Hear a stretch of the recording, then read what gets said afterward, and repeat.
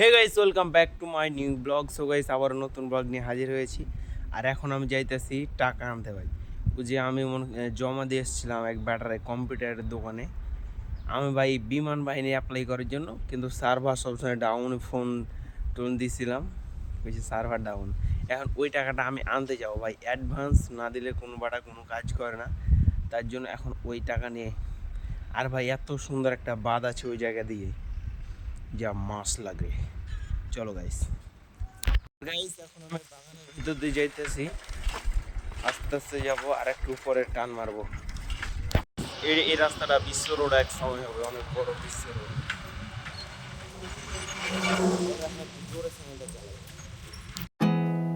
There's not much to do when all I can is thinking about you.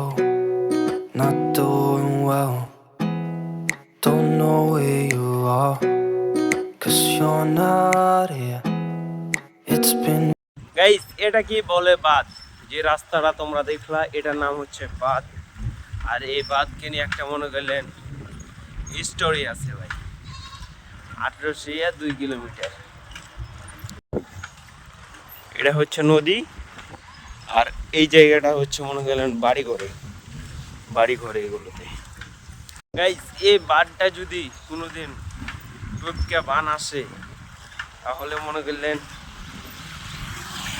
এই বাড়িগুলো আর জীবনে মনে করেন কোনোদিন ইউজ করা যাবে না। আর পানি বাড়ার জায়গা নাই। গাইস ছবি তোলার জন্য এই জায়গাটা মনে করলেন বেস্ট, একবারে বেস্ট। আমি এদিকে ময়লা এবার ছবি তুলতে এসেছি। আমাদের বাসা থেকে বেশি দূর না, আমরা এখানে হেঁটেই আসি, ঘুরতে টুরতে আসি, ছবি তুলতে।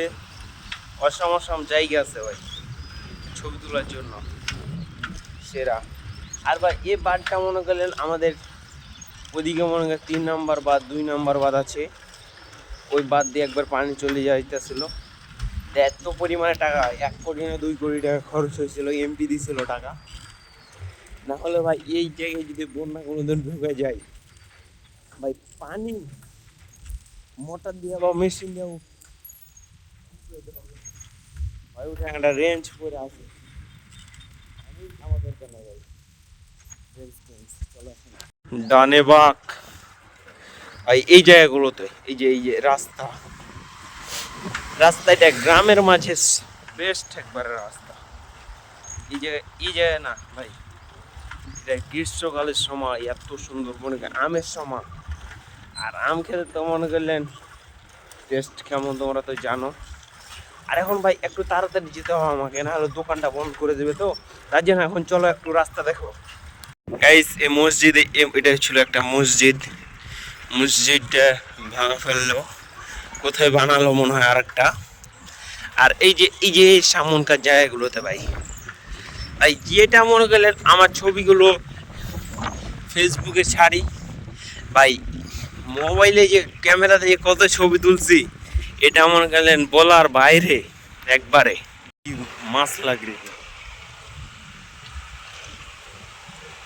ভাই। ছবি তুললাম, থাম্বনেল বানাতে হবে তো, অনেক সুন্দর সুন্দর ছবি আছে। এই যে ঝোপ ঝাপারে আমি ছবি তুলি।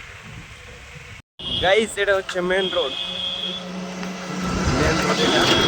আর ওই বেটার দোকান খোলা নাই, তোমার টেনশন সব বিধা ভাই, বিধা।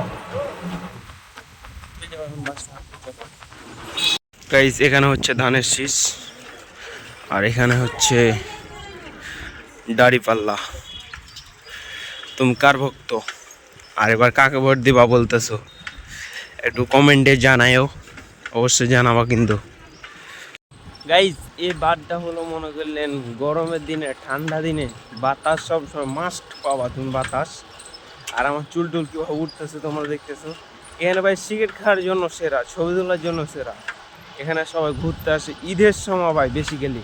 এত পরিমাণে এই জায়গায় মানুষ হয় যেটা মনে হয় কল্পনার বাইরে। আর এখন আমি বাগান যাব ভাই, সামনে কুশোরের ক্ষেত আছে, যদি কুশোরের ফুলি হয় তাহলে অবশ্যই খাবো। এত সুন্দর লাগতেছে দেখেন, এগুলো কিন্তু মেহগুনের গাছের পাতা, এত পরিমাণে পড়ে ভাই, যেটা মনে করেন মাছ লাগে। আর গাইস এই বাগানটা এত বড়, মনে হয় শিখগঞ্জ উপজেলা, আমাদের থানা শিখগঞ্জ। এই শিখগঞ্জ জেলাতে মনে হয় এত বড় বাগান নাই ভাই। এখন থেকে আমাদের বাসা হচ্ছে মনে করলেন প্রায় 20 মিনিট লাগবে, ওই যে ওটা বাদ। আর এখন থেকে আমাকে লাগবে 20 মিনিট প্রায়। এত বড় বাগান ভাই, বলার বাইরে। আর ভাই আমি ফাইনালি গম দেখতে পাইলাম অনেক দিন পর ভাই। দেখি নাই কোনো 5-6 বছর ধরে লাগছে আমি গম দেখতে পাই নাই, কিন্তু মাস্ট এদিকে এসে, আর এদিকে আমি 6-7 মাস পর আইলাম ভাই। অন্যরকম ফিল। আর এই জায়গায় আমি ছোট থাকতে এগুলো গাছে মানুষের আম পাড়তে আসতাম 250 টাকা দিন ভাই। সকাল 6টার দিকে আসতাম, বিকাল ভাই 5টার দিকে যেতাম আমি ভাই। ওঠে একটা পাখি মনে করেন সাপের মতন ভাই। আমি মনে করি ওটা সাপ নাকি, মাটির সাথে কাগজ কুড়াইতেছে খড়ি, বাসা টাসা করবো মনে হয়। চলো এখন বাসা চলো, কত দূর লাগতেছে। এই গাছটা নাকি মনে করলেন বলে মানুষ খাইলে নাকি ভাই গঙ্গা মানে বোবা হয়ে যায় ভাই। এটা আমি সবার কাছে শুনছি, এটা বাস্তব কিনা জানি না। সেনটা কিন্তু সুন্দর, কিন্তু কেন গঙ্গা হয় এটা ভাই আমি জানি না। চলো একটু। আর ভাই আগে মনে করলেন যখন আমি ছোটোতে এই জায়গাগুলোতে আসতাম, তখন ওকে প্রচুর পরিমাণে জঙ্গল ছিল, তখন আম কুড়াতে আসতাম ভাই। আম কুড়াতে আসতাম। আর এই বাগানটা সবচেয়ে বড়। আর এখন মনে করি মানুষের বাগানে আম ক্যারেট করতে যায়, আমের অভাব নেই ভাই। আমি যখন বাসা আসি তখনই 1 ক্যারেট করে আমি নিয়ে আসি। আমার বাপও করতে যায়, আমার ভাইও করতে যায় ভাই। যখন 1 মাস অন্তর অন্তর বাসা আসি তখন ওই 1 ক্যারেট করে যদি আম এলেন ভাই, 3 ক্যারেট আম কে খাবে? তখন আর কেউ কুড়ায় না আম। আর এটা ভাই ঠিকই গঙ্গা হয়ে যায় কিনা দেখি, খাবো না ভাই। মেহগুনের পাত ভাই, এই জায়গায় যদি একটা মানুষকে লাগছে যদি রাইখা দেয়, টেনশন ছাড়াই তাকে খুঁজেই পাবে না। ওই যে মেহগুনের পালা ভাই, এই যে না সাপ টাপ ঢুকে আয় কে বাজে না ভাই। এগুলো মানুষই জ্বর করছে। এখন চলে যাবো বাসা, একবার টান 100 টান। গাইজ তোমাদের কাছে একটা আমার প্রশ্ন, মনে করলেন তোমরা কি কখনো মানুষের আম চুরি করে খাইছো? একটু কমেন্টে জানায় তো, কোনোদিন মানুষের আম চুরি করছো কিনা ভাই। আম চুরি করার দিক থেকে আমাদের এই মাঠটার ভিতরে 1 নাম্বার কিন্তু আমি ছিলাম ভাই। ছোট থেকে সব জায়গাতেই ওয়ান ছিলাম, ওয়ান। আর গরু দুধ খাইতেছে, এই যে গরুর বাচ্চা 1 নাম্বার সবসময় আমি থাকি ভাই। সবচেয়ে ছোটতে আমি মোবাইল কিনছি, সবচাইতে ছোটতে আমি খাটছি, সবচেয়ে নাম্বার 1। এই যে দেখো ঘুঁটা, এটা গোবরের পটে থেকে গরুর, দেখছেন ভাই কত সুন্দর ঘুঁটা লাগতেছে ভাই।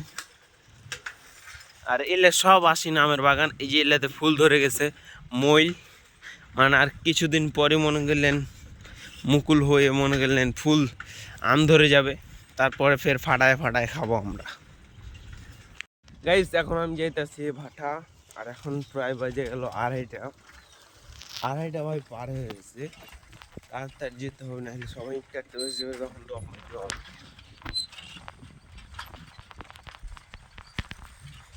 ডাইরেক্ট চলো। আর এই জায়গায় ধান বোনার জন্য প্রস্তুত করা হইতেছে। ধান বুনে দিতে পারে আর কিছু।